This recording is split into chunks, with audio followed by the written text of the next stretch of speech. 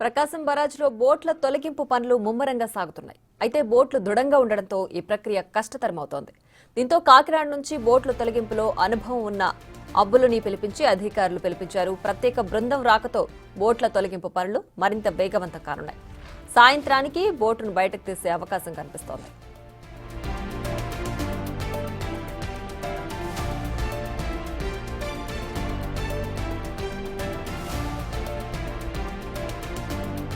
ఇప్పటికే విశాఖ నుంచి వచ్చిన మెరైన్ డ్రైవర్స్ బోట్ల తొలగింపు పనుల్లో నిమగ్నమయ్యారు.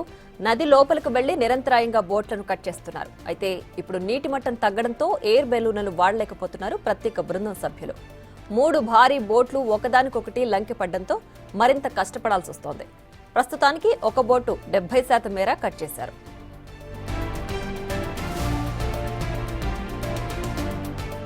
బోట్ల తొలగింపు పనులకు సంబంధించిన మరింత సమాచారం మా ప్రతినిధి శివ అందిస్తారు.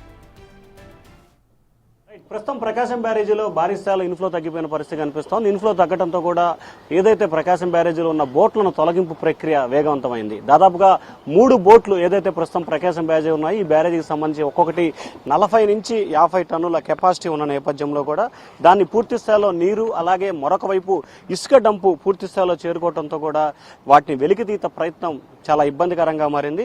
గత 4 రోజుల కాలంగా కూడా విశ్వ ప్రయత్నాలు చేస్తున్నారు. ఈ రోజు 4వ రోజుకి చేరుకున్న పరిస్థితి కనిపిస్తా ఉంది. ఇప్పటికే కాకినాడ నుంచి అబ్బులు టీముని తీసుకొచ్చిన ఇరిగేషన్ శాఖ అధికారులు బోట్లని తీసేందుకు దాదాపుగా అక్కడ 3 బోట్లు ఉన్నాయి. ఆ 3 బోట్ల ద్వారా కూడా ఆ బోట్ల సహాయంతో వాటిని వెలికి తీసే ప్రయత్నాలు అయితే చేస్తా ఉన్నారు. ఇప్పటికే ఒక బోటుని అక్కడికి చేర్చుకున్న విజువల్స్ కూడా మనం చూసుకోవచ్చు. ఏదైతే అక్కడ ఒక బోటు చేరుకుంది, ఆ బోటు ద్వారా కూడా వాటికి తాళ్లు కట్టి లాగే ప్రయత్నం అయితే చేస్తా ఉన్నారు. 3 బోట్లు, ఒకటేమో సగానికి పైగా మునిగిపోయింది, ఇంకోటి పూర్తిగా మునిగిపోయింది, ఇంకోటి కొంతవైపు ఉన్న పరిస్థితి కనిపిస్తూ ఉంది. సో ఈ 3 బోట్లకు సంబంధించి కూడా తాళ్లు సహాయంతో మరొక బోట్లను కట్టి ఆ బోట్లను తీసుకొచ్చే ప్రయత్నాలు అయితే చేస్తూ ఉన్నారు. ఇప్పటికే సముద్ర మార్గానికి సంబంధించి ప్రకాశం బ్యారేజీకి సంబంధించి 3 బోట్లని ఇక్కడికి తీసుకొచ్చారు. ఆ 3 బోట్ల ద్వారా ఈ 3 బోట్లని బయటికి లాగే ప్రయత్నాలు అయితే శరవేగంగా కొనసాగుతూ ఉన్నాయి.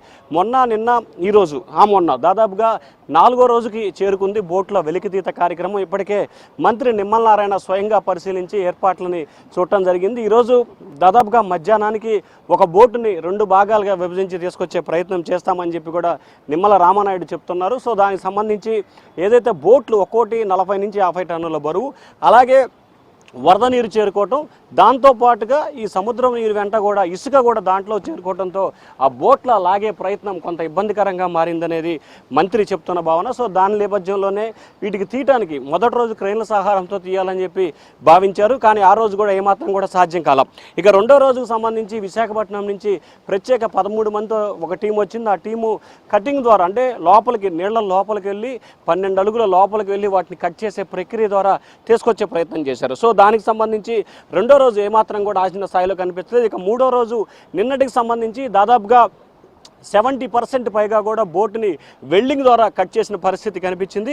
ఈరోజు ఉదయం నుంచి అదే ప్రస్తుత పరిణామాలు కొనసాగుతున్నాయి. ఈరోజు మధ్యాహ్నానికి, అంటే మరికొద్ది సేపట్లోనే ఒక బోటును అయితే 2 భాగాలుగా విభజించే అవకాశాలు కనిపిస్తున్నాయి. ఆ విభజించిన తర్వాత పూర్తి స్థాయిలో దాన్ని బోట్ల సహకారంతో, ఏదైతే ఇక్కడ మనం బోట్లు విజువల్స్లో చూసుకోవచ్చు, మరొక అదనపు కొన్ని బోట్లను, పెద్ద భారీ బోట్లను కూడా 4 బోట్లను తీసుకొచ్చారు. 1, 2, 3 ఈ 4 బోట్ల సహకారంతో కూడా దాన్ని బయటికి తీసుకొచ్చే ప్రయత్నాలు చేస్తూ ఉన్నారు. సో ఓవరాల్గా మొత్తం మీద చూసుకుంటే ప్రకాశం బ్యారేజీలో ఇసుక బోట్లు వచ్చి వేగంగా ఢీకొన్న ఘటనకు సంబంధించి 3 గేట్లు దెబ్బతింటాం, ఒక సపోర్టింగ్ వాల్ దెబ్బతిన్న నేపథ్యంలో ఇటువంటి పరిస్థితి ఉత్పన్నం కాకుండా ఉండేందుకు పూర్తి స్థాయిలో చర్యలు అయితే కొనసాగుతున్నాయి.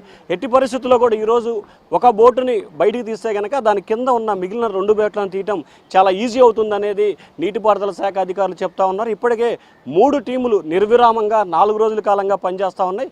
ఈరోజు దాదాపుగా 1-2 బోట్లను బయటికి తీసుకొచ్చే అవకాశాలు అయితే 100కు 100% కనిపిస్తూ ఉన్నాయి. ఒక బోట్ అయితే మాత్రం దాదాపుగా 2 పార్ట్లు చేయడానికి మరొక గంటన్నరలోనే అవకాశం ఉంది. వెంటనే ఆ బోట్ను బయట తీస్తారు. మిగిలిన 2వ బోటుని, ఆ తర్వాత 3వ బోటుని రేపు సాయంత్రం కల్లా మొత్తం 3 బోట్లని బయట తీసుకొచ్చే అవకాశాలు అయితే కనిపిస్తున్నాయి. Over to studio.